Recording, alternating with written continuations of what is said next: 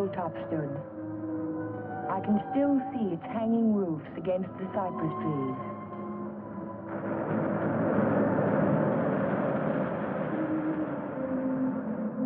But Hilltop is no more. There is only a scar of jutting rock where once its windows glittered in the California sun. My Aunt Amelia's house still stands next door. I was a welcome guest within its walls, but to me it will always be a house of fear. I was afraid that Sunday morning in September. I was afraid before the doorbell rang.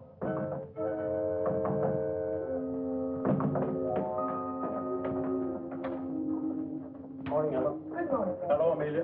Where is he? Where's Cohen? Jeff? Why, what's wrong? It's a wonder you weren't murdered in your bed. Dr. Hartley told me this morning I won't permit him to stay in this house another day. What is it, Major? What's the matter? It's all right. It's all right, Amelia. I'll handle this. Where's his room? It's there, Just leave this to me. I'll take care of Cohen. Cohen! Cohen! Are you in there?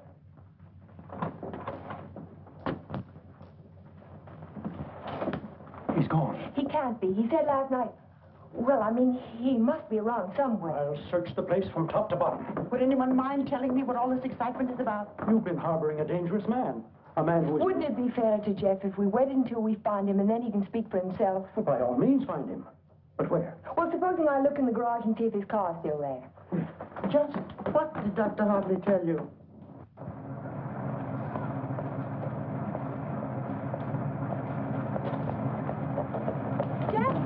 Jeff, are you in there? Jeff! Jeff, are you all right? Major Badger, hurry up! What's the trouble? What's the trouble? What's wrong? Jeff, I'm in the motor. Oh, my.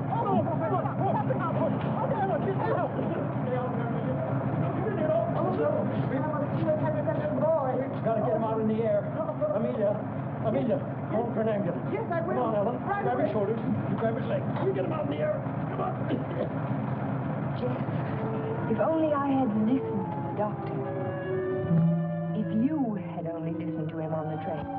There was something wrong even then, something terribly wrong. I should have seen it in your eyes the first time we met.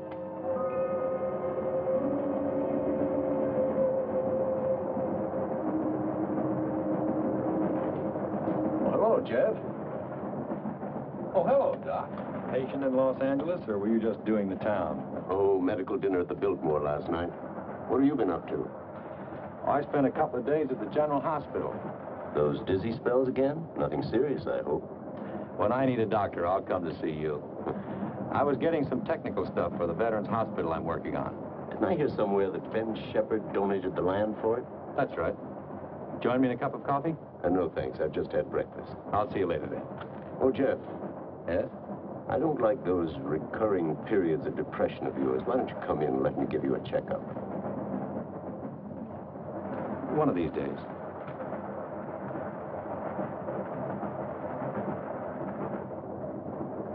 Morning, Elmer. Oh, good morning, sir. How about a little breakfast? You can start me off with some black coffee. Yes, sir.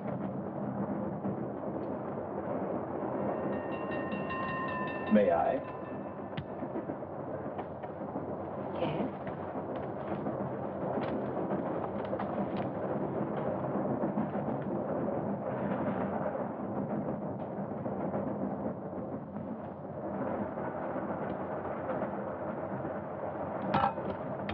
Oh, sorry.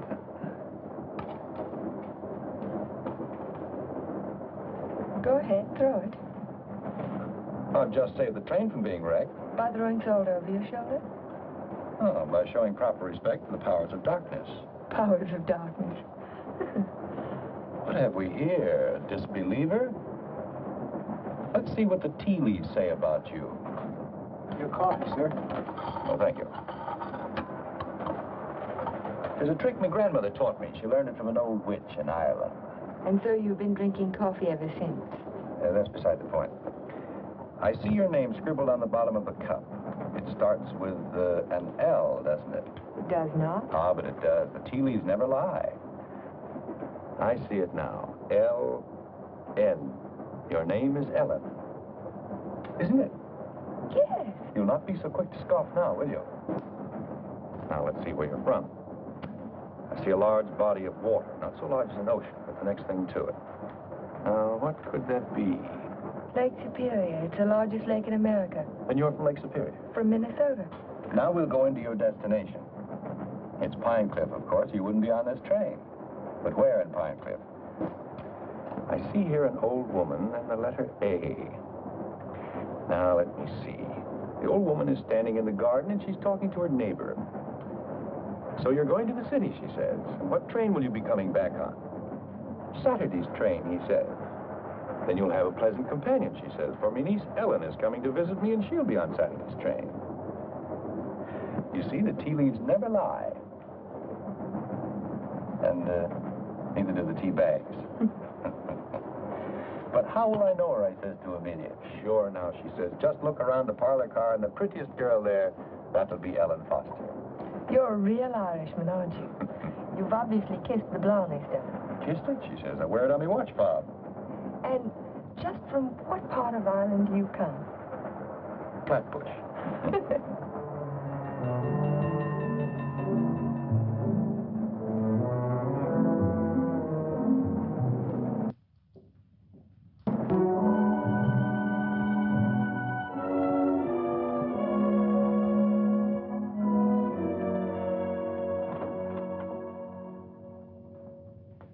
Good morning, Sue. Good morning, Mr. Cohallen. Mr. Shepard here yet? Well, he's in his office. Thank you. I think this would be an ideal site for the beach club, don't you, Keith? Yeah, it certainly would, Ben. Busy, Ben? Oh, come right in, Jeff. Well, we bring the road in here and divide this section into 2-acre lots. Hold out this area for the golf course. Hi. How are you, Ben? Hello, Jeff. How was the trip? Fine, thank you. I bought you a little present while I was in Los Angeles. Found it in an antique shop. Hi, Jeff. Parents? It's a map of an old Spanish land grant. Say, that is an antique. Here's the Ibarra territory. My grandmother's grandfather, he lived right there. That was before California was a state, wasn't it, Ben? It certainly was. I keep forgetting how long your family's lived here. Only since 1820. Really? Come in. Pardon me, Mr. Shepard. What is it, Mac? Well, Sue told me you were in here. Did you take any blueprints with you when you went down to the city? No, why? Why, the rear elevations are missing. They can't be. I put them in a file Thursday. Well, they're not there now. Well, there must be. Come on, I'll help you look for them. See you later, Ben. Thanks for the map, Jeff. Glad you like it. Jeff seems to be getting awfully absent-minded lately, doesn't he? The boy works too hard. Maybe so, but... Say, that's quite a map, isn't it? Oh, it's a beauty. Look, here's our beach. That's the old Spanish name for it, Costa del Rey, the Coast of Kings.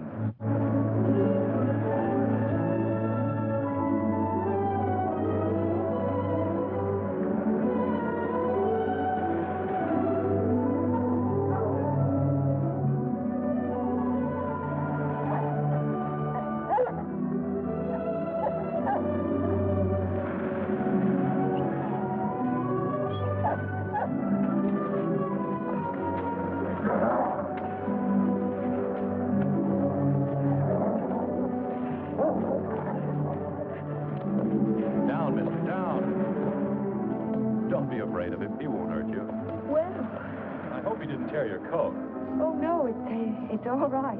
I don't know what got into him. He never barks at people. He seemed to think I was an intruder. Oh, yes.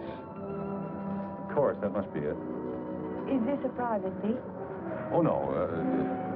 It's just that there was someone who used to sun here beside this rock. Well, I'll forgive him this time. I must say you own a very particular dog. I don't own him exactly. They own me. Shamrock and Mr. O'Grady. Mr. O'Grady? Isn't that an odd name for a German Shepherd? Well, it's Herr von Gradenstein on his papers. I translated. Well, I guess I ought to go home. I'll walk along with you.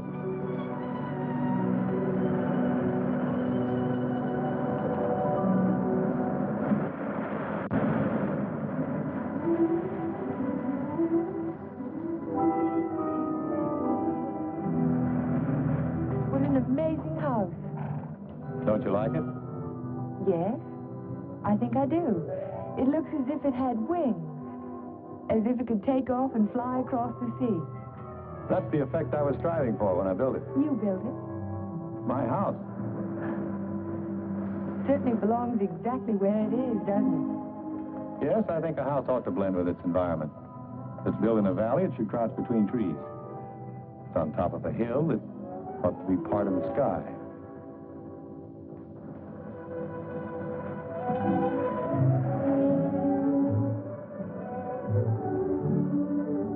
soon as I put Shamrock up, I'll walk the rest of the way with you. It's nice of you to insist.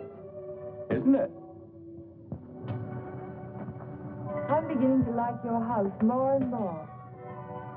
You can't take it all in at the first glance, can you? No, it's like some people that way, I guess. You have to know them a while. Like you, for instance? Yes, I suppose that's true of me, too. We don't have houses like that in Minnesota. Do you mind if I take a closer look at it? I thought you said you were late. Oh, another 10 minutes won't matter.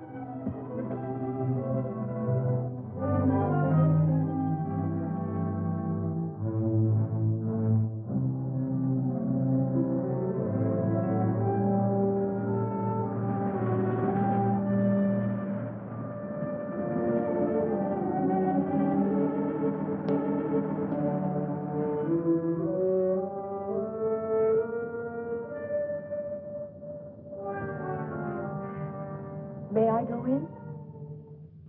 Why, of course.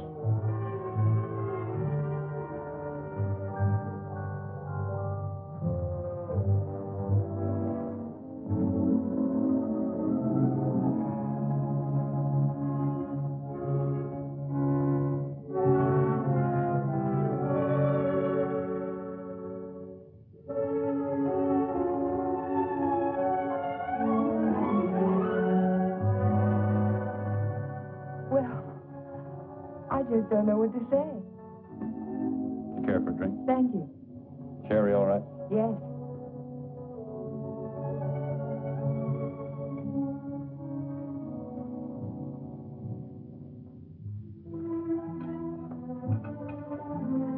What an unusual picture. By Del Lopez, the Mexican modernist. Thank you. What's it called? Doesn't have a name. What does it suggest to you? Well, it's not real, but then it's not real either. It might be a garden in a dream. Might be. Or he dreamed of the girl who belonged in the garden. That's pretty good. And then she became more important than the garden, and perhaps that's why she's out of proportion. Perhaps she did. Perhaps that's why a woman gets out of proportion to a man. I really don't know anything about modern art. There isn't anything to know about it. It's like music. Its form doesn't have to copy nature to please the senses. Or does it? We were talking about art. I was talking about figures. Are you interested in figures? I have a Civigliano. You have a what? Civigliano, an Italian sculptor. I bought one of his porcelains with my first fee. You'd like to see it? Yes, I would. Where is it? Over by the window. Come on, I'll show it to you. This is my good luck charm. It's called Hotai, the Chinese goddess of chance. Civigliano always...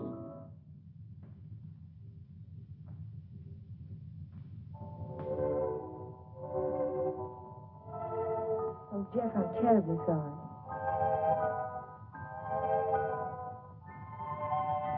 Can it be mended? No, it's beyond mending. Well, Aunt Amelia may be worrying about me. I suppose I should go home. Yes, I suppose you should.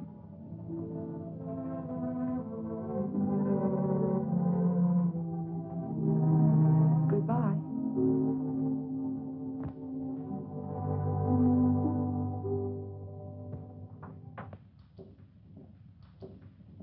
Hello, Miss Foster. Is Aunt Amelia at home?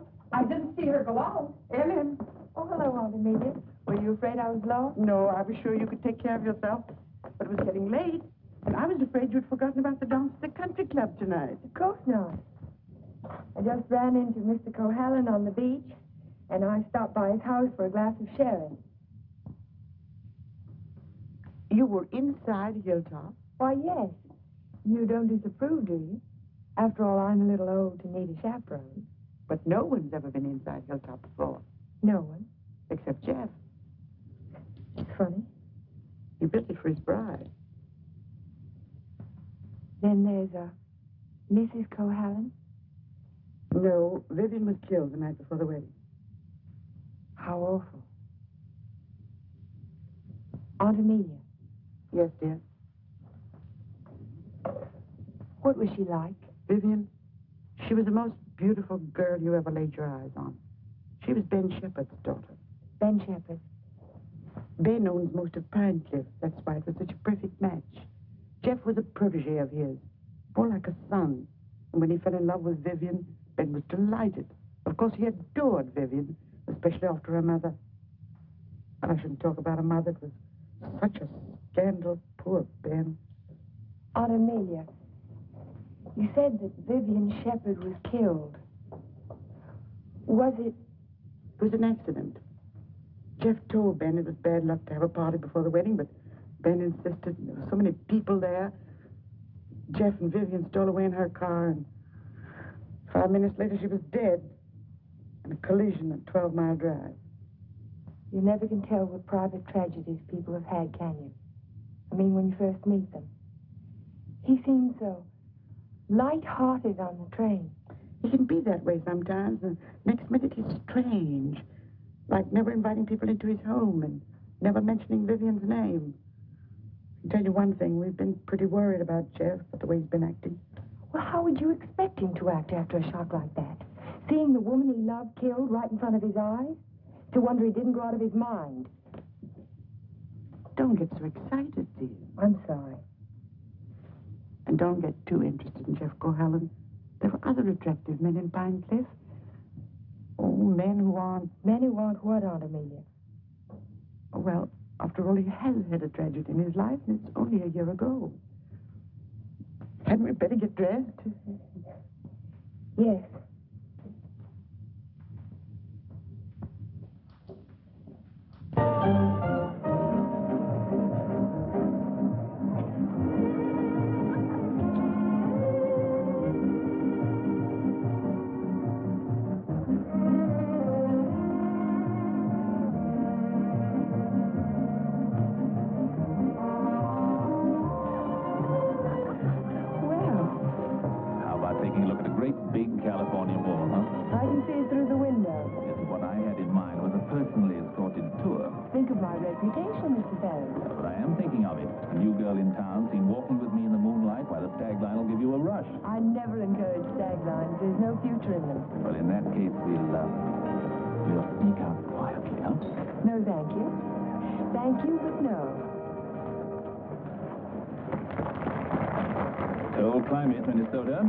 Yes, isn't it? Let's go down to the bar, Tubby. I see you know our local hero. Charming fellow. Yes, he is. I suppose you fall madly in love with him. Everybody else does. Except you, Mr. Ferris. Oh, I think he's just ducky. Did you children enjoy your dance? It was just ducking. Keith, you must sit down and have a drink with us. I thank you. I'd like to. Hello, Amelia. Hello, hello. Welcome home, Dodo. Thank you. Good evening, Major. This is my niece, Ellen Foster. This is Miss Ferris, dear. How do you do? How do you do? And Dr. Hartley. Why, yes, we met on the train. My name is Ferris, too. You, I know. Oh, wolf, Major. Now, you two stay right here and don't you move till we get back.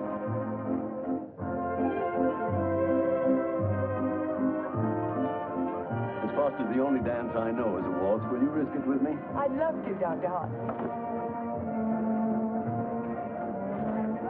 And how were things at the separation center? Did you have a good time? Reno is delightful. I received my discharge papers yesterday. You'll get your copy in the mail. Well, that calls for a celebration, doesn't it? It certainly does. In that case, I'll take you down to the bar and buy you a drink. Oh, really? Oh, come now. We're civilized people, aren't we? Well, I guess it can't do any harm.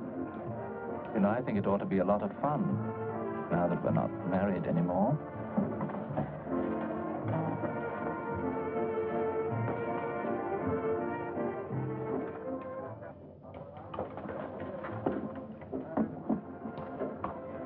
What do you think your chances are? Ben, I built more hospitals in the South Pacific in 1 year than the average architect will see in a lifetime. The only competition I'm worried about is Talbot and Talbot. Huh? Not that I can't compete with them professionally, but they seem to know how to play the political side of it. Well, that won't count here. I hope not. Anyhow, I'm indebted to you for a crack at it. I merely suggested that they invite a local architect to submit plans. Jeff, you're looking pretty seedy. Sure you haven't been working too hard? Well, it's been a pretty hectic week, Ben, but we finished up tonight. Plans are all wrapped and ready for mailing in the morning. Hello, Ben, you old darling. Hello, Dodo. Hello, Jeff. There's an admirer of yours looking for you upstairs. Who's that? A girl by the name of Foster. You seem to have made quite a score. Aren't you speaking to me, Jeff? Certainly, Dodo. How are you? Fine. Are, congratulations in order? They certainly are. We're celebrating the new freedom. See you later. Bye. I think I'll go upstairs, Ben. It's, getting a little crowded down here.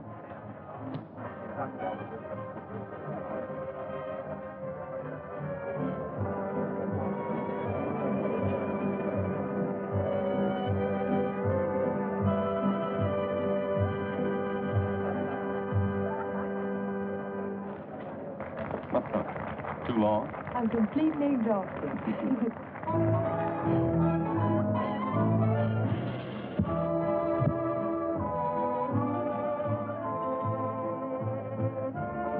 What is that song? Do you know? It's called Don't Forget Me. Oh, I remember. They played it a lot last year. Yes, we played it last fall. Is something the matter? No, I didn't eat my dinner. I guess you shouldn't drink on an empty stomach. Excuse me.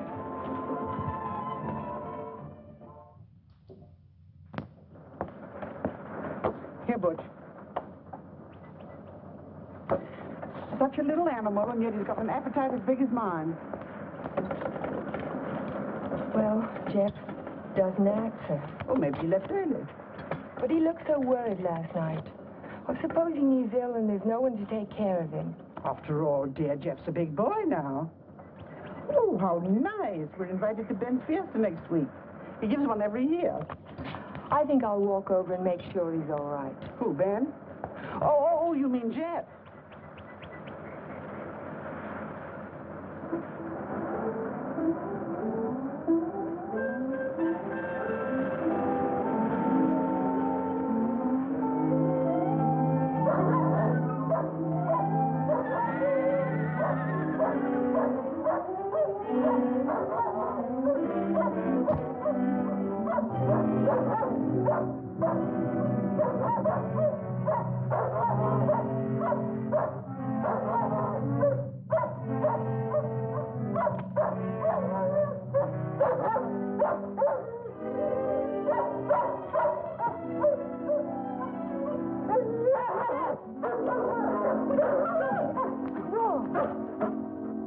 Look at his right front leg. It's shattered. Oh, Shamrock. I hate to have to destroy him. How did it happen? I don't know. I don't know how it could have happened. You better wait for me outside.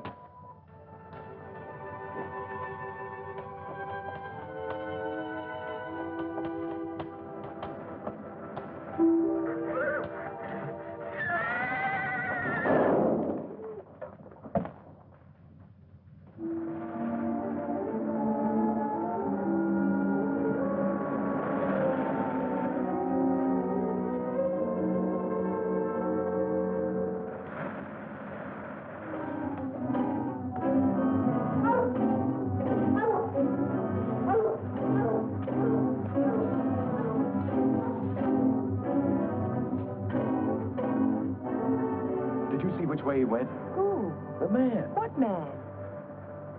He was hiding in the bushes. Didn't you see him? No. I only saw some branches move, that's all.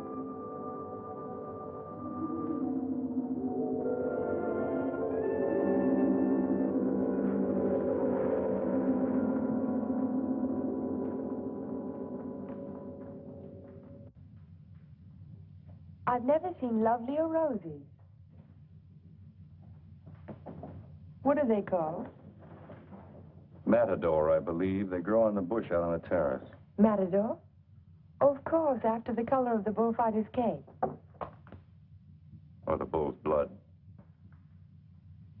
Jeff, I'm so sorry about Shamrock.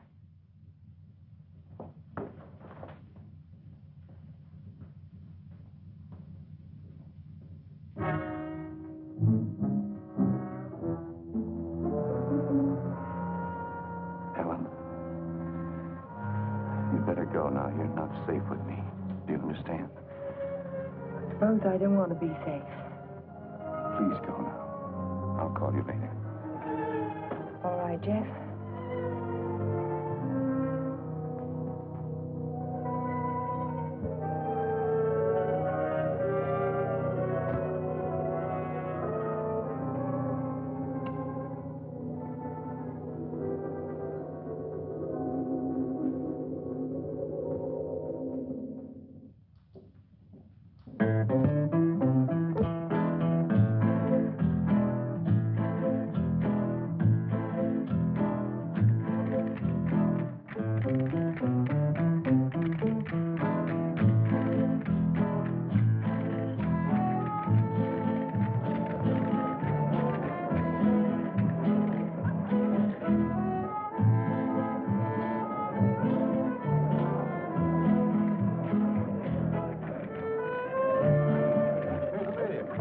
Hello, everybody. Ben, this is a wonderful farm. Oh, thank you, Amelia. Tell me, have you seen the Major? Yes, he's right over there. Thank you. Excuse me, please. Will you excuse me, please? All right, Ben. Major, I wonder if you could tear yourself away from these charming people and come and speak with Mrs. Atkinson. She's dying to talk to you. You know, for all the nonsense of the age. Go ahead, tell me. What does a certified public accountant do? Especially a pretty certified public accountant. I compile actuarial tables for an accident insurance company.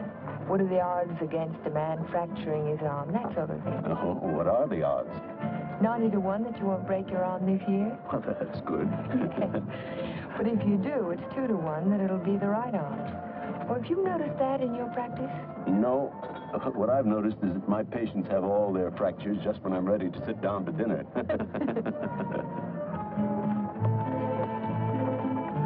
Hey, you. Come here, man. I want to talk to you. Si, senor.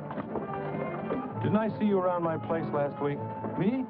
Me, no, senor. I'm sure I saw you hanging around my stable. Me? No, senor.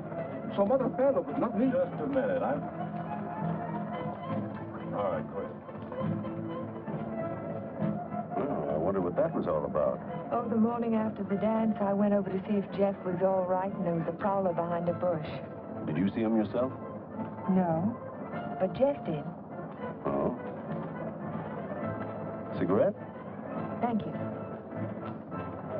Did you ever compile any figures on the incidence of mental diseases for your insurance company? No, they weren't on our list. Interesting subject. Who's sane and who isn't? Hard to tell sometimes. Do you know anything about paranoia? It's a form of hallucination, isn't it? Delusions of persecution. Starts with an inability to withstand stresses.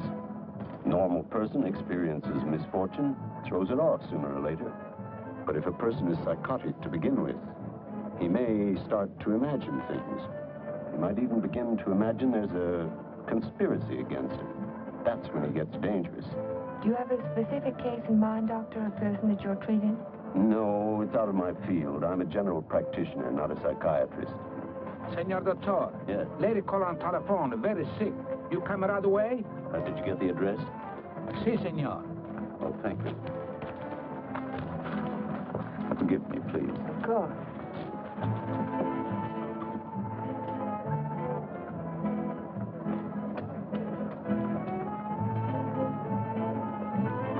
Are you sure, Jeff? Ben, I'm positive it was the same man. Well, I'll talk to him if you want me to, but you know how it is with those fellows. They all look alike if you don't know them. Maybe you're right, Ben. So the guy gets up and he says, Keith, you take a powder. Well, the guy was bigger than I. What can I do? Same thing happened to me, only he wasn't so tall. Oh, I remember all too well. Remember that evening? Excuse me, honey. I'll be back in a while. Certainly. Because the rest of the committee feel that a local architect should have the job. Ben, may I see you a moment? Surely. Excuse me, Jeff. Certainly.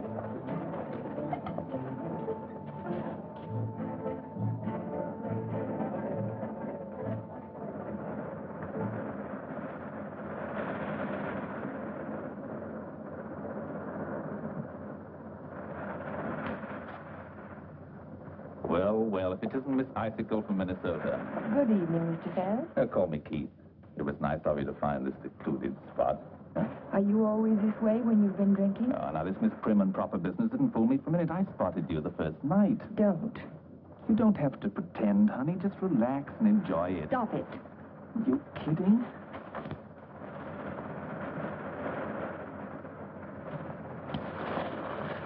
Jeff. Hello, Galahad. Been playing Peeping Tom? Get out. Don't be ridiculous. As I was Would you saying, mind honey, leaving us alone? Jeff, please I'd like to don't. have a few words with him. Privately. If I ever catch you around Ellen again, I'll run you out of Pine Cliff. Galahad, you frightened me. I'm warning you, I mean it. Keep away from her. I know too much about you. So what? You'll never open your mouth. That's the beauty of it. It's your story, and you're stuck with it. I don't have to open my mouth. I can close yours. What are you two boys arguing about? What does anybody ever argue about? Politics. Oh, politics. Keith, will you do me a favor? Dr. Hartley had to leave on an emergency call. Will you see that Dodo gets home? She has a little headache. I'd be glad to. Ben, don't you think maybe I'd better? Look, I pay her alimony. I'll take her home.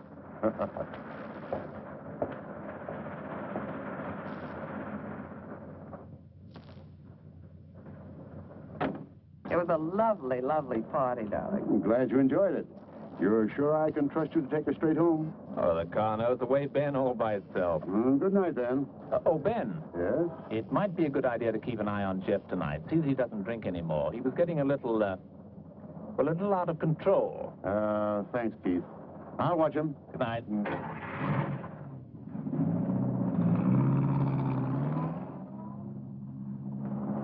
Still cutting the lad's throat, I see. An inch at a time. Every little bit helps. Helps what? Or is it just pure meanness on your part? Don't be stupid. Ben hasn't any heirs, has he? All that money and not even a second cousin. Suppose he should take a notion to leave it all to Cahalan. Where would I be? Out in my ear the day after the will was filed. Well, you don't think he's going to leave it to you, do you? No? No, I'm voting for charity, with Keith Ferris as administrator of the estate. What would you think of a Vivian Shepherd Foundation for something or other? That turns even my stomach. You were in the cavalry, weren't you, Major? Well, I'd like to ask you a question. Can a horse break its leg in its own stall? What's that? You think it's a chance in a million? No, I was just computing the odds on an accident that happened last week. Well, thank you very much for the information, Major. Good night.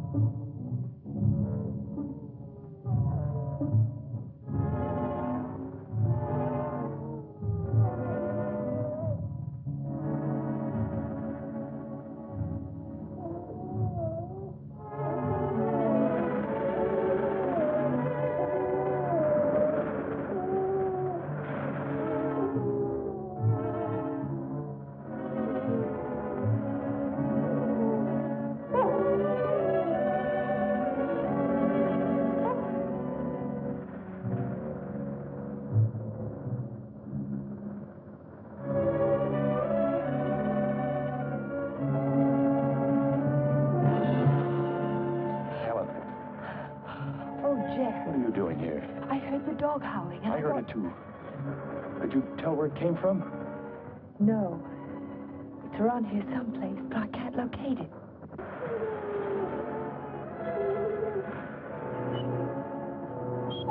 Jeff, listen.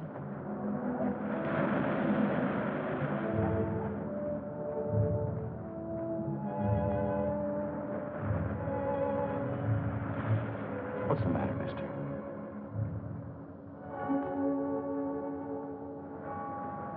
He's gone. Oh, Jeff.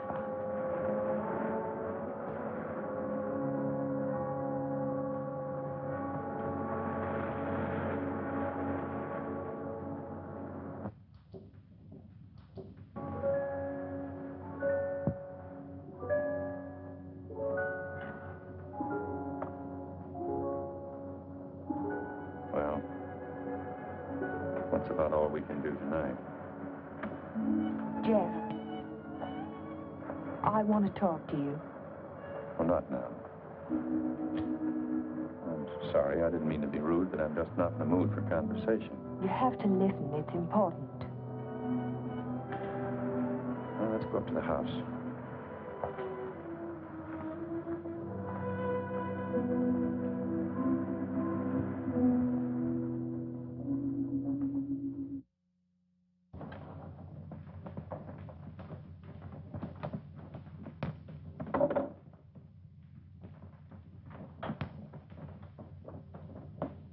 All right, let's have it.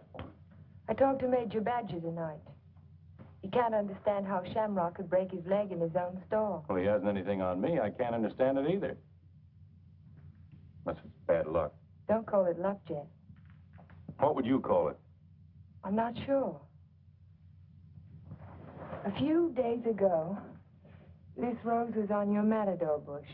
It was alive and beautiful. Now it's dead.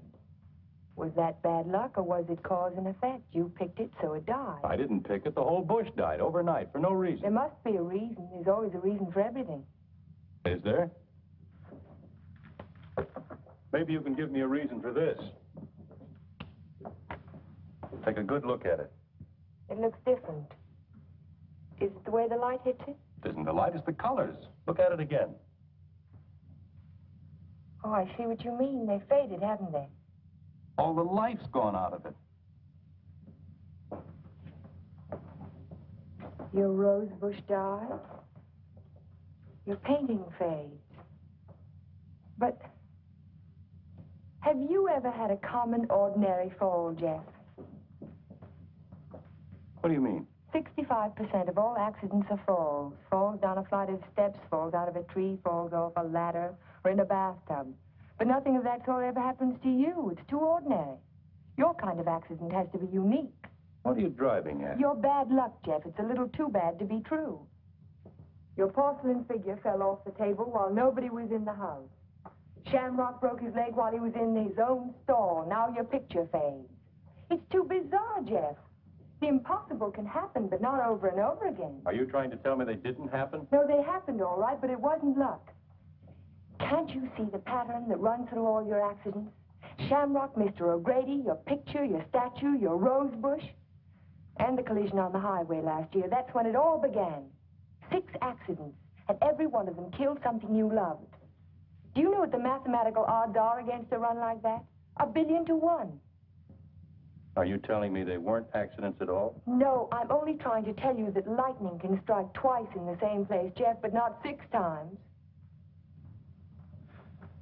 You mean you think that all of these things have been planned by someone? Someone who hates you, who's trying to destroy you. Who could it be, Jeff? I don't know. We'll find out. We'll go back to the beginning, the night that Vivian was killed. We'll talk to the policeman who reported the accident. We'll find the garage they took the car to. We'll ask 1,000 questions about the accident and about Vivian. Ellen. We'll start tomorrow morning. We'll look for witnesses. Ellen, wait a minute. Perhaps the ambulance driver will remember something. I'll find him and I'll talk to him. You won't talk to anyone. Well, why? Why won't I? Because I don't want you to. But, Jeff... Listen to me. I don't want you asking questions. I don't want you investigating anything. This is my affair. I'll handle it my own way. I was only trying to help you. Well, now you've let me know where I stand. You don't want any help from me. All right, then, do it your own way. Ellen, listen to me. Just don't let any black cats cross your path. And if you see a horseshoe, pick it up and spit on it and throw it over your shoulder. That ought to take care of everything. Ellen.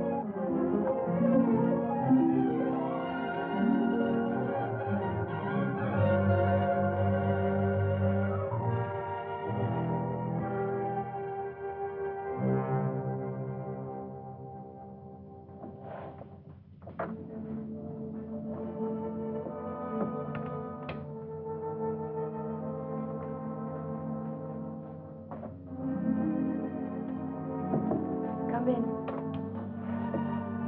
Hello, Aunt Amelia. You didn't tell me good night, dear. I'm sorry.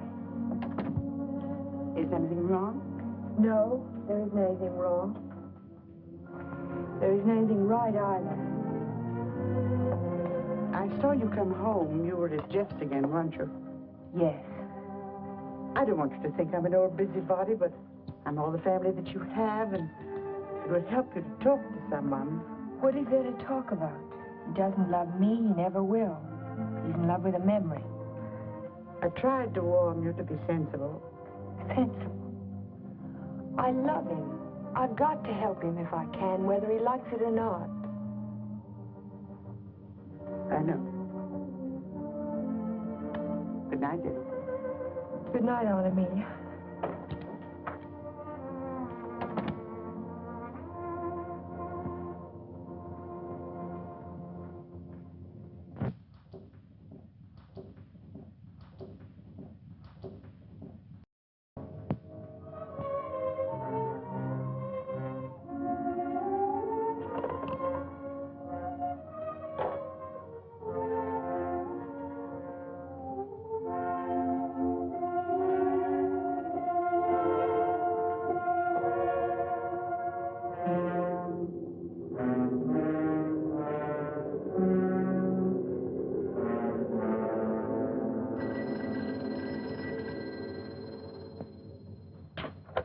Hello? Hello, Jeff. Oh, yes, Ellen. I've taken your painting to an art shop. You did what? I found out some very important information. If you come over tonight, I'll tell it to you. No, I can't tell you now. Look, I thought you understood I was going to handle this in my own way. Don't argue, Jeff. Just come on over. Goodbye. Well, what do you think? It's hard to understand why it's faded. The artist didn't use pen colors. He didn't even use tempera. There must be a reason. I would say this was painted with London watercolor. That's the best you can get. Nothing fades them except continuous exposure to strong sunlight for at least a month. That's impossible. I can't imagine what caused it. Well, I tell you what I can do. I can talk to a couple of artists I know. They might have an idea. I think my best bet is to go and see Trilfield. He's a watercolor man. He's one of the best. He ought to know everything about it. I think I'll catch him tomorrow morning. You know Trilfield, the naturalist. He paints the dogs and horses and cows. My wife, he made a beautiful Thank you painting. very much. I'm sorry to have troubled you. Oh, no trouble at all. Oh, Miss Foster. Yes? I just remembered something. Years ago, I framed some pictures for a painter by the name of Torres, Vicente Torres. One of the paintings was an old lady playing the guitar. It was a watercolor. And it faded? The man who bought the picture took sun lamp treatments that winter, and he took it on a couch right under the painting, and he was mystified why the color faded. So Vicente found out that the rays from the sun lamp broke down the pigment. Can you remember the name of the man who owned that picture? I don't think I ever knew. It was some local man. What about the artist? Is he still in Pine Cliff? Torres? He died 5 years ago. Oh. Thank you again.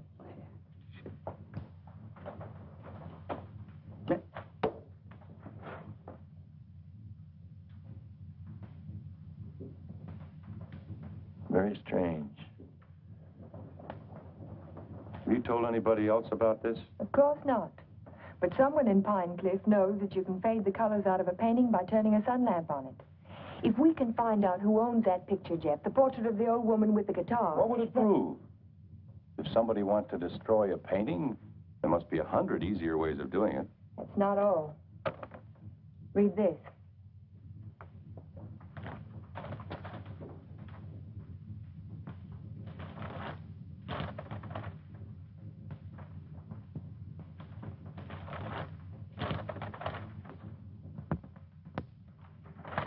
Arsenic? In the soil underneath the matador bush. I dug it out this morning. Enough arsenic to burn out the whole root system. It didn't get there by accident, Jeff. Someone put it there. Someone who knows how to poison a rose bush. Or a dog. Or a man's life. Would you really like to help me? You know I would. And forget it. Forget the whole thing. But there was poison in the root system. The chemist told me. You never saw the chemist. You never heard of a portrait of an old woman with a guitar. Do you understand? No. No, I don't understand. Jeff! Jeff! Your house. Look out the window. I saw it from upstairs. What? It's burning.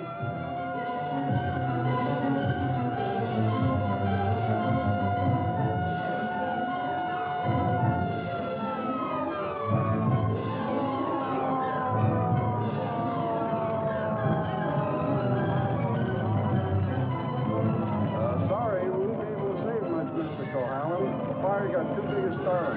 Everybody stand back, please. Out of the way, please.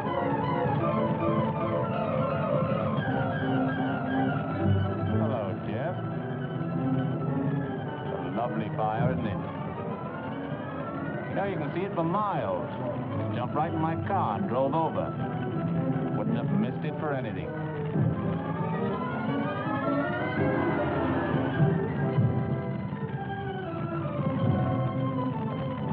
I'm so sorry, Jeff. Such a beautiful house. I'm glad it's gone.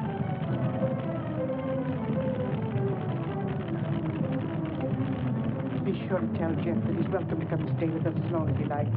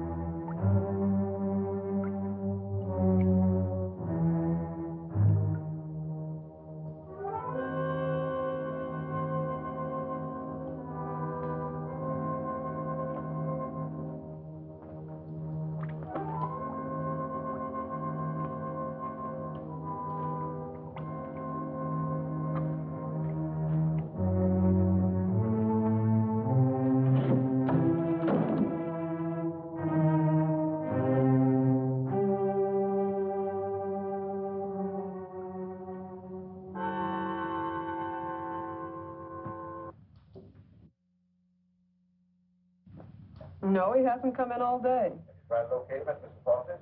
Yes, I did, but he left the house early this morning.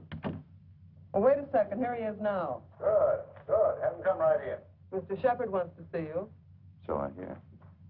He'll be right in. Thank you. He's here now, Stacy.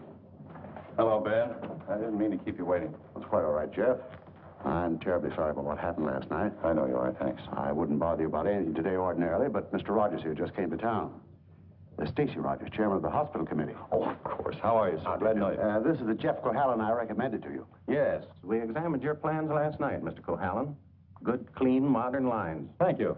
I'm sorry we couldn't give you the job. You couldn't what? I was just about to tell you, Ben. We decided on Talbot and Talbot. You did? Well, this is a surprise, Stacy. Which was it, Mr. Rogers? Politics or stupidity? I beg your pardon. If they'd given it to Magruder or Chesney and Pike, I wouldn't have said a word because I know the boys would have gotten a good, modern hospital. But Talbot and Talbot haven't had a new idea since Burnham did the Flatiron building. Oh, now, take it easy, Jeff. Oh, they're not architects. They're political finaglers. Maybe you can tell me just one detail in their plan that was an improvement over mine. Name just one. Young man, your attitude doesn't deserve a reply.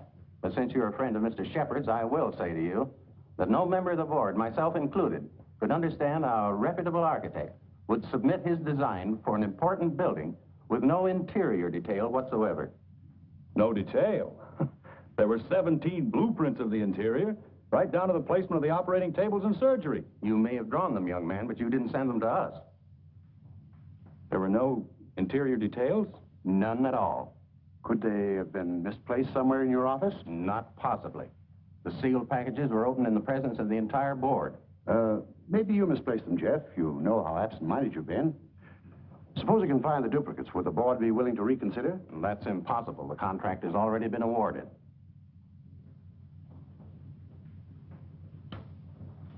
Well, this is quite a shock, Stacy. I felt sure that Cohalan would get this job.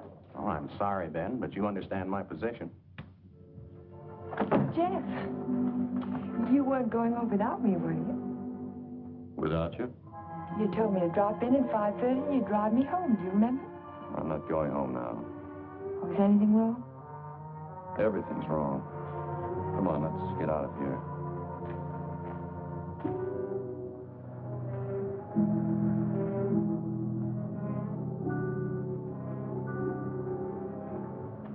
It's dreadful. A whole year's work completely wasted. Typical Cohalan luck. Don't keep calling it luck. Supposing someone took those plans out of the office and wrapped the package over again. Who'd do a thing like that? Keith would. He hates you. He hates everybody. There's something twisted inside of him. It would take a psychiatrist to explain it. And why does Mr. Shepard keep him on at the office? Doesn't know what he's like. Dodo must know. She acts as though she's still in love with him. There are women who love men like Keith. Take a psychiatrist to explain that, too. It's getting kind of late. I'd better drive you home.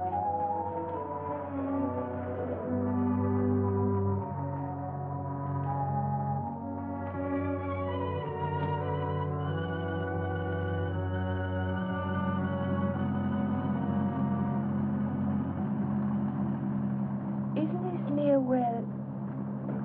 What'd you say? Nothing. Drive faster, will you, Jeff? I want to feel the wind in my face. All right.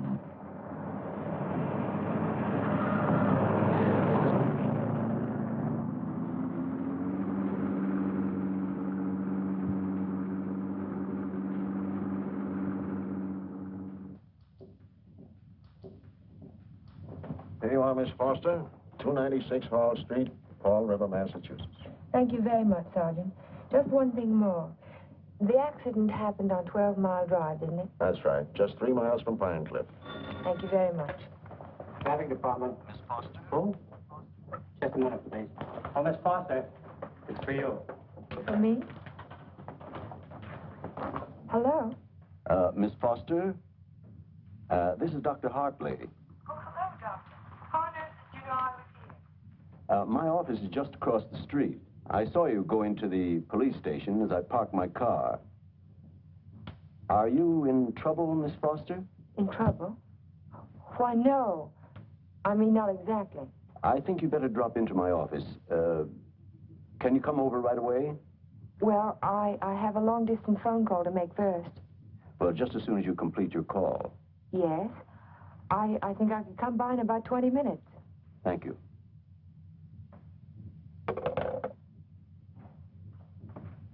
Thank you, Sergeant. That's all right.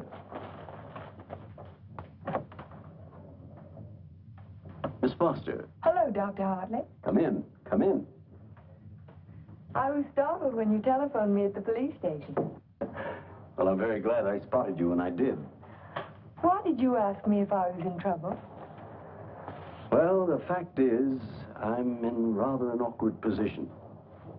But your aunt is getting along in years, and I didn't want to disturb her unduly, so I thought it best to discuss this matter with you.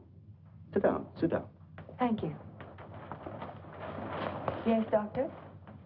Since I'm your aunt's physician, I feel it's my duty to inform you that she isn't safe. That neither one of you is safe, for that matter. So I wanted to get your permission to speak to your house guest, to ask him to move to a hotel. But I don't understand. What has that to do with my aunt's safety? Yes, I was afraid you'd ask me that. The The fact is, you're forcing me to take an unethical action. The man isn't my patient, and even if he were... Whatever it is you're trying to say, Doctor, why don't you just go ahead and say it? Yes, you're quite correct. I'll come to the point. Let me say that I believe your house guest, Mr. Cohallen, is definitely paranoiac. He seems to have all the obvious symptoms of delusions of persecution. If that's true, then you and your aunt are in a hazardous position. Two helpless women in the same house with a man who may become dangerous at any moment. We can't allow it. May I ask you a question, Doctor? Certainly. You speak of delusions of persecution, but... Oh, a delusion is imaginary, a thing that never happened. That's right. But Jeff's dog was poisoned. His house was burned down. That was no delusion. I saw it myself. Did you see the gasoline can? Gasoline can? The gasoline can the police found in the ruins of Hilltop. It was an unusual type of container. Only one store in Pine Cliff sells them. And that store sold such a can to Jeff last Monday. How do you know? The chief of police told me so this morning. But I don't see how. And that isn't all. The body of the dog was disinterred. He died of arsenic poisoning. 2 days after his master brought a package of weed out. Are you trying to tell me that Jeff burned down his own house? That he poisoned his own dog? That's impossible. No man in his right mind... Exactly. No man in his right mind. But why? Why would he do a thing like that? Listen. Listen to this.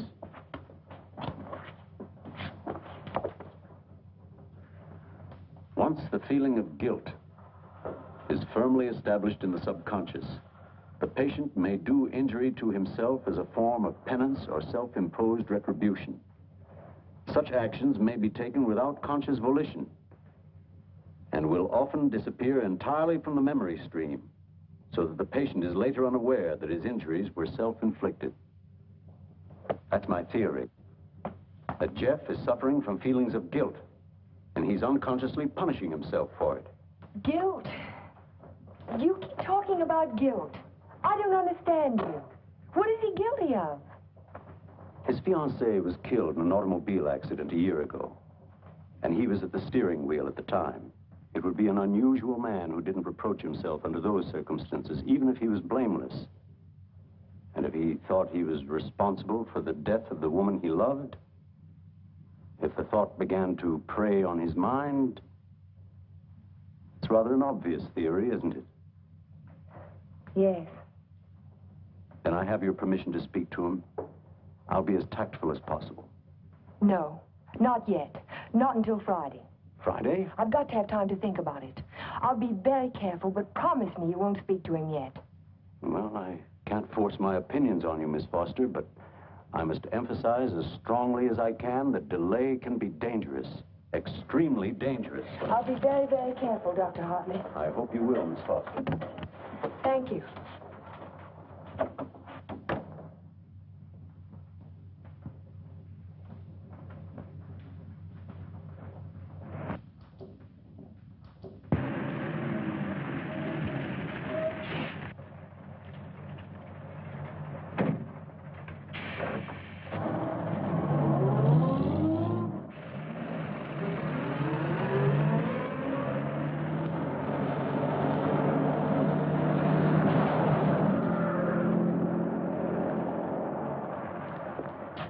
That man must be crazy. Thank you very much.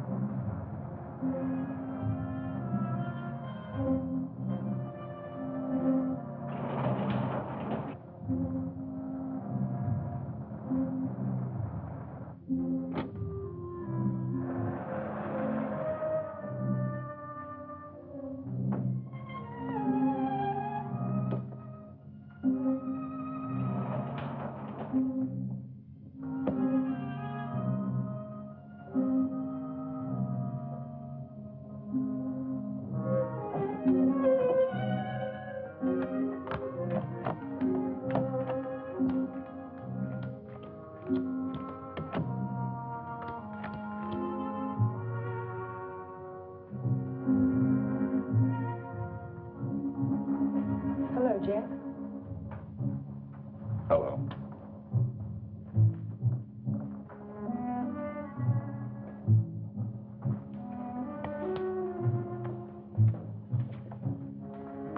Jack of spades. Is that bad luck? Like a black cat? A dead man's card.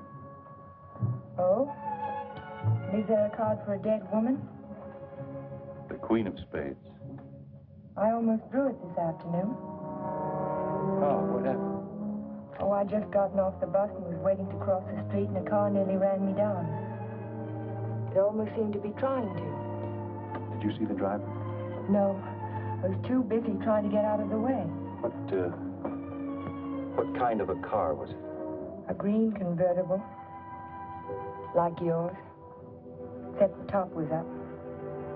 You've got to get out of here, Ellen. You've got to get out of Pine Cliff right away. Why, Jen? Because something else is going to happen. I can feel it. It might happen to you. I'm not going to leave, not now. I'm warning you, Ellen. It's no use, I'm not going. You're asking for trouble. Am I? And I'll really ask for it.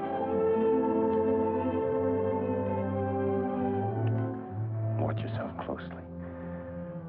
Watch yourself every minute. Don't trust anybody. Not even you? Not even me. Well, I think I'll go to bed now. Major Badger said he'd come by in the morning and take us to church. You won't forget what I said. You be careful. I'll be careful.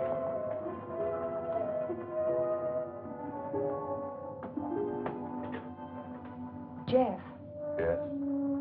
how long have you known Dr. Hartley? For years, ever since I came to Pine Cliff. Has there ever been any bad feeling between you? No, why should there be? Well, he thinks that the shock of Vivian's death might have affected your mind. He thinks that you might be paranoid.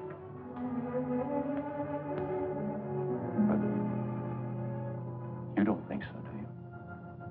No, I don't think so. Good. Good night, Jeff. Good night, Ellen.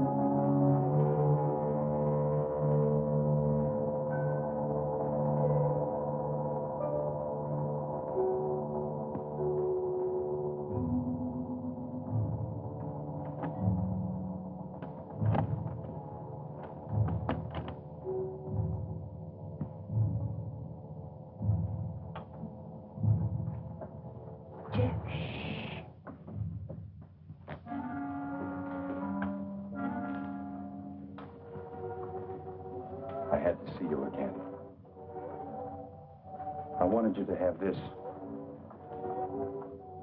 Don't be afraid to use it if you have to. I want you to wait for me tomorrow morning. Tomorrow morning?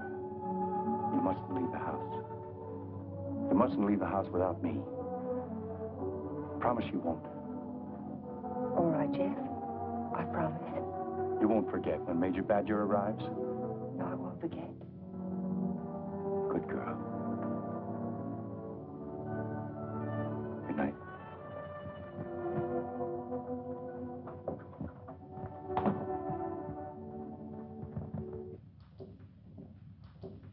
Next morning. I can still smell the fumes of the gasoline as we pulled his body from the car. But somehow it didn't quite ring true. I couldn't believe that Jeff would try to kill himself. No suicide note was found, but the local architect was discovered in the Foster garage with the door closed and his car motor running. He was immediately removed to City Hospital, where latest reports from Dr. Raymond Hartley advised that Cohalan is now definitely out of danger. On the national scene, Congress resumed its discussion of the Morse-Conlon bill today. Labor spokesmen have announced that they will request an amendment guaranteeing... I'd like some more coffee, nurse. With cream and sugar? How did you get by the no visitors sign? I walked right straight past it to ask you a question. Oh, you did? Well, suppose you walked right straight past it again, going the other way. Not till you've answered my question. Would you rather I rang for a nurse? Oh, you weren't that way on Saturday night when you needed me. I made you a promise then and I kept it. Now I think you owe me the answer to one question. Just one. Well, I won't ask you why you came to my room that night. I know the answer to that one. Oh, you do? Certainly. You wanted to make sure that I'd find you on Sunday morning before the motor ran too long. You probably didn't start it until after the major rang the doorbell. You don't miss much, do you? You counted on that, too. You knew that when we couldn't find you in your room, I'd think of looking in the garage, no thank you, to see if your car was still there. You have all the answers, haven't you? All except one. Why did you fill those buckets with gasoline? Fill the bucket. Oh, you saw that, too? Yes. I wasn't filling buckets. I was draining the gas tank. So if you didn't show up in time, the motor would stop running as soon as the gas in the carburetor was gone. But why? Why did you do it? You had your question. Don't be technical. Why did you pretend to commit suicide? When that car almost ran you down Saturday morning, you don't think that was an accident, do you? I couldn't get you to leave town, so I had to give him a different target. Different target? Me. Man doesn't kill my rose bush and my horse and my dog and then stop there. He must want to kill me. I can't wait any longer, not while strange automobiles are trying to run you down on the highway. I've got to force his hand now. I want him to think that it's safe to take a shot at me. Don't you understand? Not quite. I've tried to commit suicide, haven't I? It was on the radio. It says so right here. So what if somebody takes a shot at me now and leaves the gun in my hand? It's an open and shut case, isn't it? The police wouldn't even investigate. So he's free to kill me now if he can. Doesn't have to hit around the edges anymore. But keep away from me. Don't stand too close to the target. Is that why you wanted me to leave Pine Cliff? That's why I want you to go home now and stay there.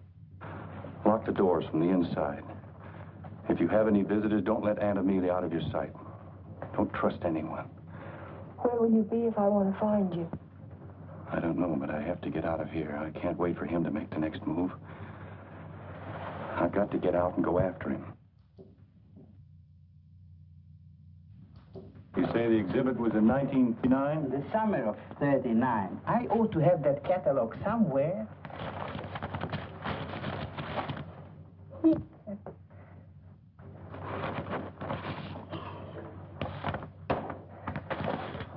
Here we are.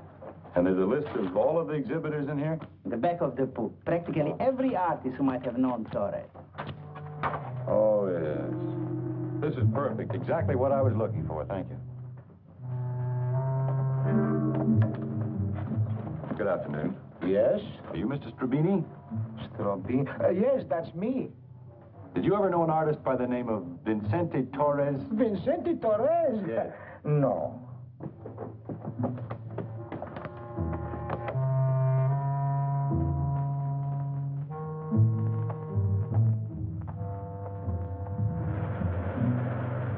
Vicente Torres? Certainly, I knew him well. Watercolor man. No sense of depth. Do you recall a painting he did, a portrait of an old woman with a guitar? An old woman with a guitar? Don't believe I ever saw it.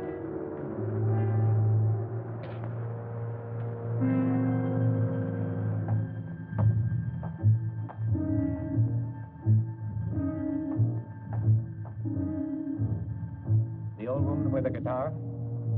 Yes, I remember when Torres painted it. It was during his Renoir period. Do you remember who he sold it to? Didn't know he ever found a sucker. It was a piece of tripe. Well, thank you. Not at all.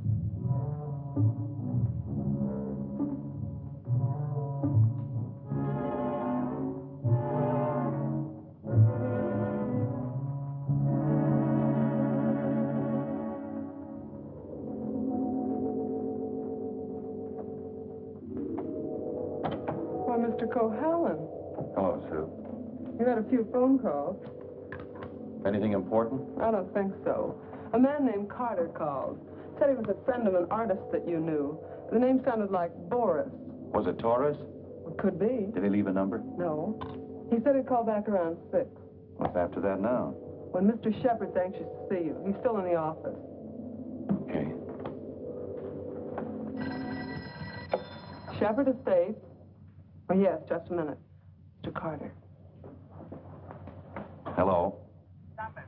Yes, that's the man, Vicente Torres. Do you remember a watercolor he painted, a portrait of an old woman with a guitar? You do? Do you remember who bought it? You're absolutely certain? Oh, thank you. Yeah.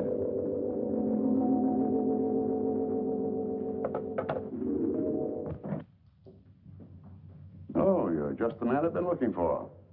They wouldn't let me in the hospital, and you seem to have disappeared since you got out. Well, I had some important things to do, Ben. Well, anyhow, you're here now. That's the main thing. Of course, I know it was an accident, boy. You couldn't have done it deliberately. Couldn't I? Of course not. Just the same, you've been overworked lately. You're looking all fagged out. It's time you took a rest. Yes, I could use a rest. A nice long rest. It's just what I had in mind. As a matter of fact, I'm tired myself. That's why I'm thinking of taking a trip. See something of the world before I get too old. Sounds like a fine idea, Ben. It'd be a good idea for you too, Jeff. Why don't you come along with me? The two of us could have a pleasant time together. Leave all our worries behind and take things easy for a while. What kind of a trip were you thinking of, Ben? I haven't made up my mind. Where would you like to go? Oh, an ocean voyage might be nice. If the ship had a low rail and a long drop to the water. Or Niagara Falls might be handy, or the top of the Empire State Building. Don't talk like that, Jeff. Don't even think of such things. I wasn't thinking of suicide, Ben. I don't expect to jump. I expect to be pushed. You're crazy, Jeff. You're talking like a paranoiac. Where did you get that word, Ben? Did you read it in a book, complete with all the symptoms? I'm only trying to help you, but if you're going to take this... Sit down, Ben. Sit down and listen. You had all the tools to work with, didn't you? Your ranch hands who think you're a king will do anything you tell them to. I was out your place yesterday, Ben, looking for Pedro. They told me he didn't work for you anymore, hadn't since the day after my house burned down. You let him go, didn't you? After he'd done his job. I'm beginning to think the doctor's right. I'm beginning to believe you do have delusions of persecution. Paranoia, Ben. You learned the word. Use it. When did you first plant the idea in Hartley's mind? Did you say, I'm a little worried about Jeff, and tap your finger on your forehead? Jeff, I'm not going to talk to you any longer. You're not in your right. Not while you're in your present mood. I wouldn't do that if I were you. You haven't answered my questions, Ben. Are they too difficult? Let's see if you can answer an easy one. Whatever happened to that painting that used to hang in your living room, the portrait of an old woman with a guitar? Wasn't in the living room. It was in my study. Why? When'd you get rid of it, Ben? After it faded? After you found out what a sun lamp can do to a watercolor? You want to know who put me on your trail? You did yourself. When you tried to convince me I couldn't trust my memory anymore. I hate to say this, Jeff, but you can't trust your mind anymore. Can't I? I made a written list the night I wrapped the hospital plans to make sure nothing was left out. And 17 blueprints were missing when the package was opened by the state board. No one could have tampered with that package but you. No one else knew it would be on my desk overnight. I didn't know anything. Yes, you did. I told you. At the country club. You wanted to destroy my faith in my work, didn't you? It was the only thing I had left. Oh, Jeff, this is ridiculous. That's what I thought at the beginning. But once I began to suspect you, it all fitted together. I even remembered that your foreman was in the store the day I bought the can of gasoline. That gave you an idea, didn't it? Yes. It gave me an idea. How do you like your own medicine? How do you like waking up every morning wishing you were dead? Then you don't deny it anymore. No. I'm glad you found out. Because you can't do anything about it. Go tell somebody I poisoned your dog. Go say I burned down your house. But they'll think, don't you? They'll think you're crazy. I don't care about the others. It's what you think that's important. You've been like a father to me, Ben. In a funny kind of way, you still are. What made you change? What made you start to hate me? Was it Vivian? You killed her. I did everything for you that one man can do for another. And how did you repay me? You murdered her. Not murder, Ben. Not murder. A drunken man at the wheel of an automobile. What is he if he isn't a murderer? Can't go in there. Can't go in there. No. Ellen, what are you doing? Jeff. Mr. Shepard, this is Mr. Nelson of Fall River, Massachusetts. Last year he was driving through California, and when he reached Pine Cliff, he had an accident on 12 Mile Drive. Is this the man who was driving the car in which the girl was killed? Well, you said not to say anything when you paid my damages. Go ahead, answer. No. No, it wasn't. It was that fella back there.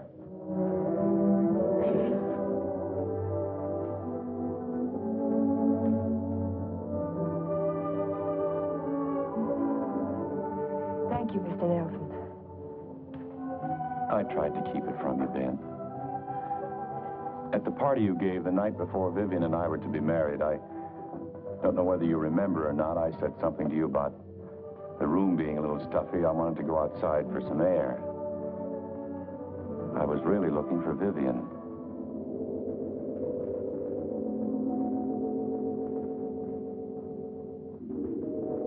I found her, all right.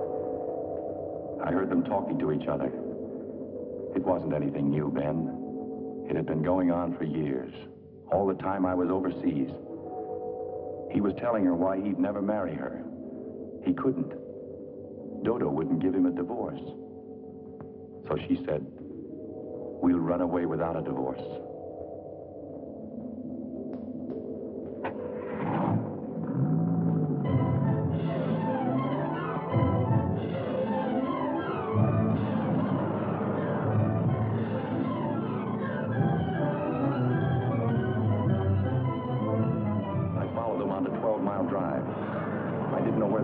But I knew I had to stop them if I could.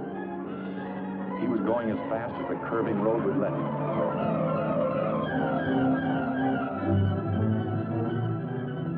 I tried to catch him, but he was driving like a madman. We were coming to the fort where 12 Mile Drive meets the highway. I saw a car approaching on the main road.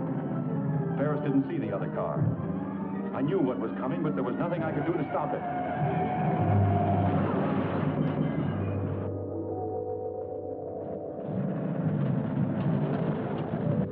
I jumped out of my car and ran toward the wreck.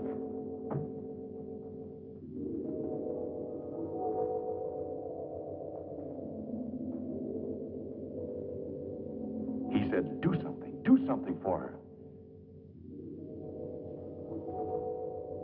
But there was nothing anyone could do for Vivian. There was only one thing left to do for anybody. I told him to take my car and get away from there. I didn't want you to find out how she died, Ben. Or what she was really like.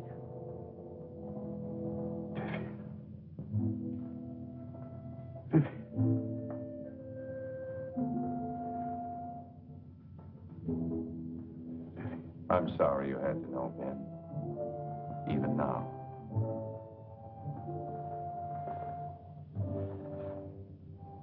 Vivian, I always gave you everything you wanted from the time you were a little girl.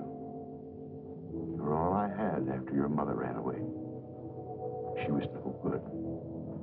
I never told you that, did I? Your mother was no good. Now you want to run away, too. You're just like her. The same bad blood. Jeff, he thinks I know. I won't go through that again. I'll kill you first. I'll kill both of us. My shoulder. Man, put down that gun. Put it down. She ran away. She ran away from me. Call Dr. Hartley. Well, you finally fixed me with the old man, didn't you? Never get any of his money now. He's as nutty as a squirrel. Now get out of here. Get out of Pine Cliff. If I ever see you again, I'll kill you. Dr. Hartley, this is Ellen Foster. Will you come over to Mr. Shepard's office right away? Yes, it's urgent. Thank you. It's all right, Ben. Everything's going to be all right.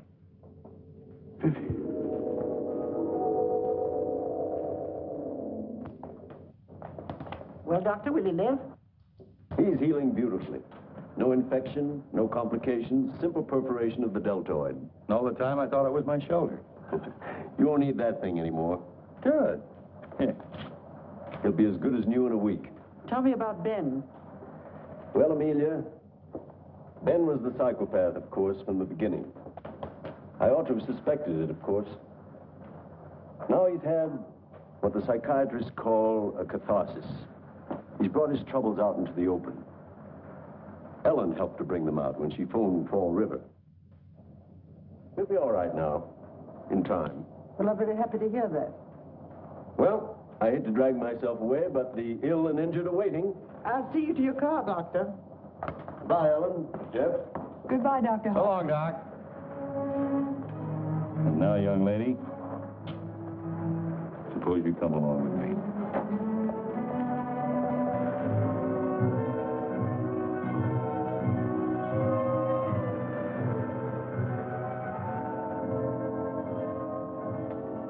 Ellen. Yes, Jeff? There's something I've been wanting to ask you. Yes, Jeff? How in the world did you ever find that fellow from Fall River? Oh, I found him in the traffic accident records at the police station. What made you think of him? The way you drove your car on 12 Mile Drive the other night. You could never have driven so recklessly with me if you'd been at the wheel when Vivian was killed. Not on the same road in the same place at the same time of night. You're pretty smart, aren't you? No. Yes, you are. You're very smart. No, I'm not. Oh, yes, you are. No, because I thought that you loved her. I thought you loved her all the time. I never really loved anyone.